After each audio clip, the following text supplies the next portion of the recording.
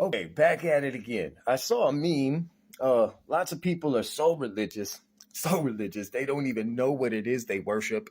And I saw this meme, and it's giving Osiris props. Like, folks just love Osiris. They just don't understand what they're talking about. So I'm gonna break this down from a biblical perspective. Okay, and for those that are already where you can make the connection real easily to Nimrod. Okay, Nimrod is Osiris. Okay, so we're just gonna break down where Nimrod falls at in scripture. Okay, so you follow me here over here to Genesis chapter 10. And this is a very interesting sandwich right here, because right here you got one piece of bread, then you got the peanut butter and jelly, and then you got more bread. Okay, and up in here it's basically a genealogy which gets to the peanut butter and jelly. And when you discover the bloodlines of these people, man, you got Russians, you got Germans, you got Assyrians, you got Canaanites, you got Egyptians going on up in here, and then it all boils down to this Cush guy. Okay, and Nimrod is in verses 8 through 9, and Cush fathered Nimrod. He began to be a mighty one in the land. He was a mighty hunter before Jehovah. So it is said, even as Nimrod, the mighty hunter before Jehovah. Now we got a couple of things to break down in here. Oh, and the remainder of this here is just the establishment of his kingdoms. Okay, Babylon. Okay, this is where all your legalese and all your mystery religions come from. Okay, legalese is, by the way, your civil law, which is colorable statutory jurisdiction. In other words, it's complete bullshit. Anyway, so we're going to get into this here. And I wrote it down over here because this stuff is so small. Okay, so the first thing we're going to get into is the Strong's Concordance 5248 indicating Nimrod. So we got a couple more to go over. Like I said, this is going to be crazy. So just roll with me. Y'all can piece it together in your own time. This is a foot in the door. He is for those that pursue him. I can't force none of this on you. You either know the truth or you off in your religion. There's nothing to be forced here. Okay? So anyway, here we got Nimrod, and I find it right here in 5246, which is strange. Then it redirects me to 5248. So let's scroll down here right quick. And the true pronunciation is Nimrod. And here we have Nimrod, and it's basically just the son of Cush. Okay, so but we're going to bounce back to its origin right here, 5246. And basically what it means is to be spotted or to stained, a leopard. Okay, and I'm going to direct your attention to this picture right quick. That's Nimrod. You see what he's holding there? Let's just keep it going. So he is spotted. He is spotted. And that's Nimrod right here. I got another witness right here. We're going to bounce back in here in a second. So let's roll to the next thing right here. And he began to be a mighty one. Let's look at this began because, oh my goodness, Strong's 2490. Let's roll. Where we at? Where we at? Strong's 2490. Here it is right here. Began Strong's 2490. And basically what 2490 is to bore, right? To dissolve, to wound, to profane a person or place, to break one's word. The word is Christ, right? Begin, to defile, to break, to defile, to take inheritance, pipe, a player on an instrument, which I'm going to redirect you right here. Flute. Who is the piper? Anyway, to pollute, like I said, to profane, to cast as a prostitute, a whore, to slay, sorrow and stained. Once again, we have that stained, marked one, and wound. All right. So let me double check, make sure I'm not missing anything. Nope, that's pretty much it. So that's where he began. He's a blasphemous one. And we're going to roll on to the next one because he began to be a mighty one, which is 1368. And some translations say hero. Translations such as this insane shit straight up say hero. And we're going to get to the cherry on top in a minute. So let's look at this mighty one, 1368. Let's see what it's talking about. See what that's talking about. I'm sure it's talking loud. Sure it's talking loud. So what we have here is our 1368 and become powerful. A warrior, a tyrant, a champion, a chief, and a giant, a man, a mighty man, strong man, and a valiant man. All right, but it directs us over here to 1397. So let's stroll across the street and see what we got on the other block. And what we have here, once again, a valiant man, which is a strong man, a warrior, a person, and everyone. And you're going to see how he became a mighty one in the land. I've already did something about earth in association with the waters. I'm telling you, that's what he did to become everyone. He is a hunter of men to enslave them and to control them. That's what he's talking about.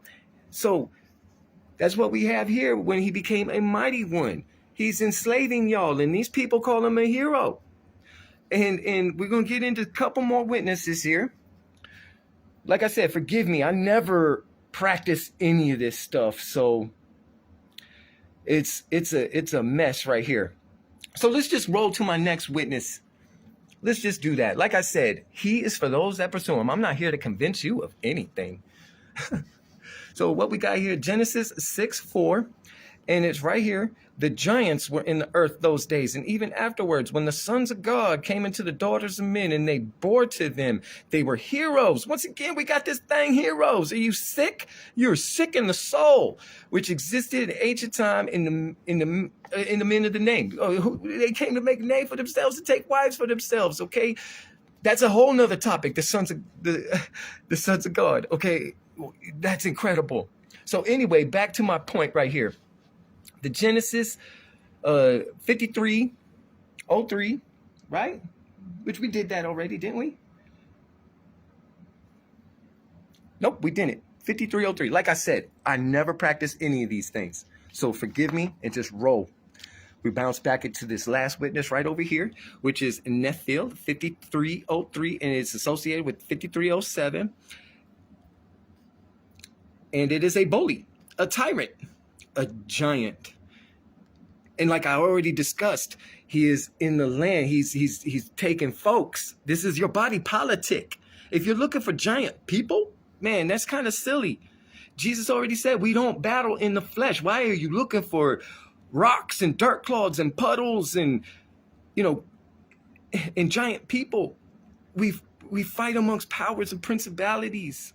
Okay? So it directs us over here to 53:07. And what it means is to fall.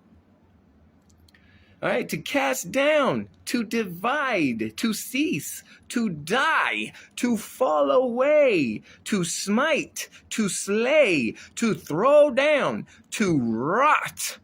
It's nothing good. This is your hero. This is your hero that they're talking about. This is insane to me.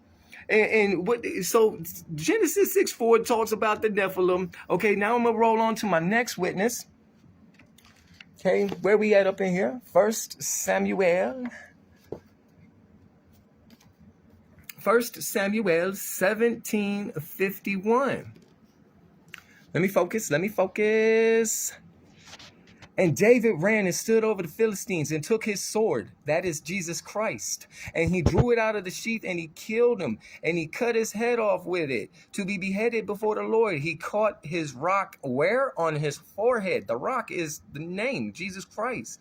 And the Philistines saw that their warrior, their hero, their mighty one was dead and they fled. So we're going to get up into 1368 real quick. That's what it looks like we're about. Oh, yeah, we already covered this. So there it is. There's another witness. They talking about warriors and mighty ones. This isn't necessarily like giant folks. And he's also in association with this dude right here, Gilgamesh. And I'm just going to cover a couple of things real quick on here. Gilgamesh. And here's the great wild bull. He is also the raging flood, the wave. All right. And there's some more on the other side here.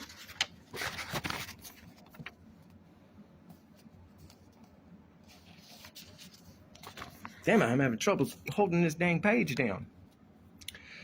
Okay, and he survived the great flood. Gilgamesh restored the sanctuaries the deluge, which is the flood, had destroyed, and brought back sacred rites for the multitudes. The multitudes is, once again, is the land. 227. I did a video on that just the other day. So Gilgamesh in association with Nimrod, Osiris, and it's nothing good. There's nothing good being stated here, y'all. Here's this is his how his name is spelled. It's the Nun, which is seed, water, the head, and the door. This is the bad seed, the waters of the people, the name on his forehead, and Babel, the gate to whatever the hell it is they doing. All right. Also, it is noted that he is 2/3 God and 1/3 man. Revelations 12:4. I got to direct you to that. Like I said, this is all ate up. I'm just running through this real quick, but there's nothing good about your Osiris. There's nothing good about Nimrod. There's nothing good about your enslavement, the denial of your free will and soul expression. Okay. Which is basically what you've done in participation in your 14th Amendment citizenship. You have relieved yourself of all constitutional rights in exchange for license, permissions, and user agreements. Every time people tell me, I have a right to freedom of speech. No, you don't. No, you don't. You better go get permission. I have a right to bear arms. No, you don't. No, you don't. You better go get permission. Courtesy of Nimrod. Courtesy of Osiris. And right here we have a Masonic Bible. This is insane right here, because this is who these folks worship. This is their heroes, the things they talking about. The Freemasons, they got y'all worshiping crazy things. And let me turn the page up here. Oh, did I just rip my page? Oh, that's got me so mad. But there's your guy right there, right? And like I said, this is just, I did a drive-by on y'all. I'm not explaining anything. This is a foot in the door. You search him. And good luck. There is an absolute truth. And without that, then you are the religious one. That's all I got to say.